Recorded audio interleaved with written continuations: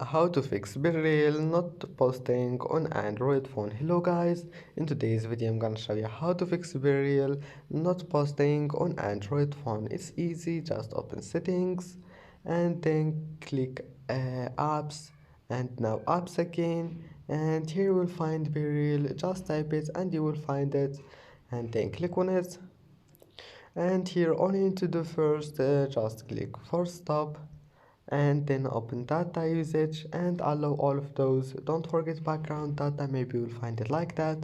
Then just allow it and then click permissions and allow all of those permissions. Here storage, click on it and click allow. It's easy.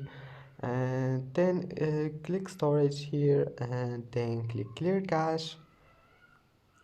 Click clear cache and then just go back and try again, and if that doesn't fix your problem, so just update your Bereal, and that's it. Don't forget like and subscribe, and see you in the next video.